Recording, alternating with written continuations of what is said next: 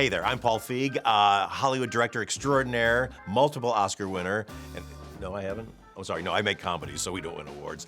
And this is No Regrets with the Robb Report.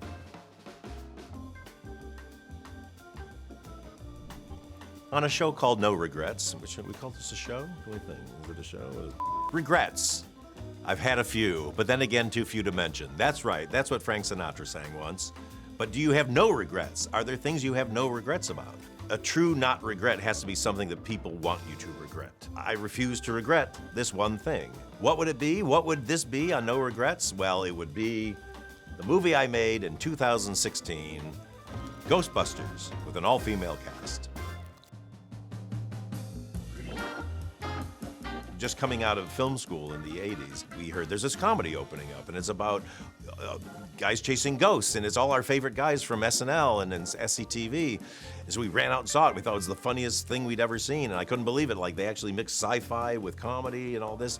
And I was like, wow, if I could ever make a movie like that, that would be so cool. We'll flash forward to about 2014, and I get a call from Sony Studios who want me to do a new Ghostbusters. And I couldn't believe that I actually got asked to do that, and immediately said, I don't want to do that because all you can do is fail. It's a classic film, and why would you take that on? Why would you do that? But I met with Amy Pascal, who was running the studio at the time, and she just, she was trying to talk me into it. I was like, here's the reasons you can't do it. And then one day I was walking around and went, wait a minute, I work with all these hilarious women. Let's just reboot it. Let's pretend, let's not take on the old movie at all. Went and called Amy and said, I got this idea, we'll reboot it with a female cast. She loved it, went and pitched it to everybody else. We were really happy with the script, and then we cast it with the funniest women I know, Melissa McCarthy and Kristen Wiig, Kate McKinnon and Leslie Jones. And I was so excited, and I remember going on to Twitter and saying, guess what, I'm gonna reboot Ghostbusters with an all-female cast. That's who I'm gonna call.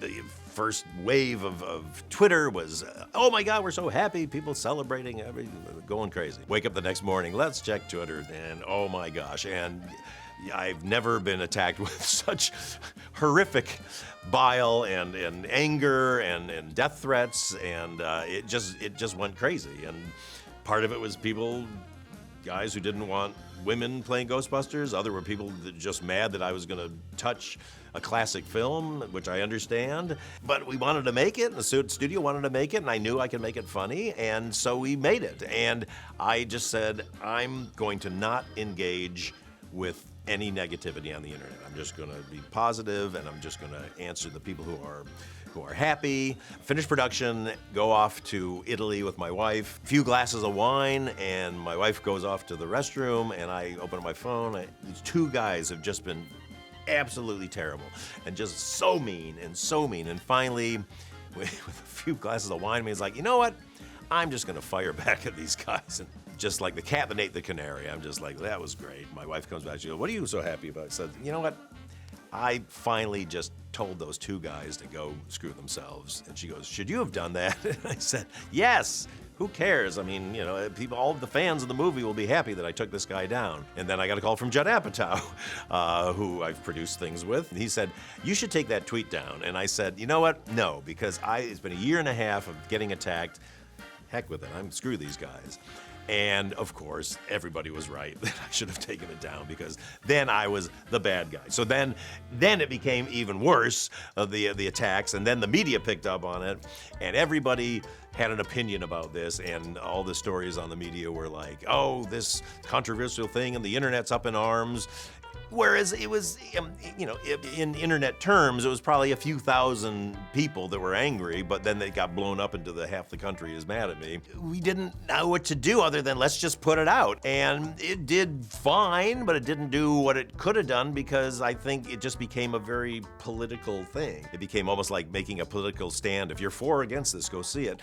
That's not fun for a summer movie. You don't want a summer movie to be like a political statement. You just want to go, I just want to go and have fun. Getting back to the no regrets, I have no regrets of making this movie. I am very happy with this film. To this day, people come up to me and tell me how much they love the movie, how much their kids love the movie. I did it because I love funny women, and I thought it was a really fun movie, and I will never regret having made Ghostbusters Answer the Call, 2016's movie that created such a kerfuffle.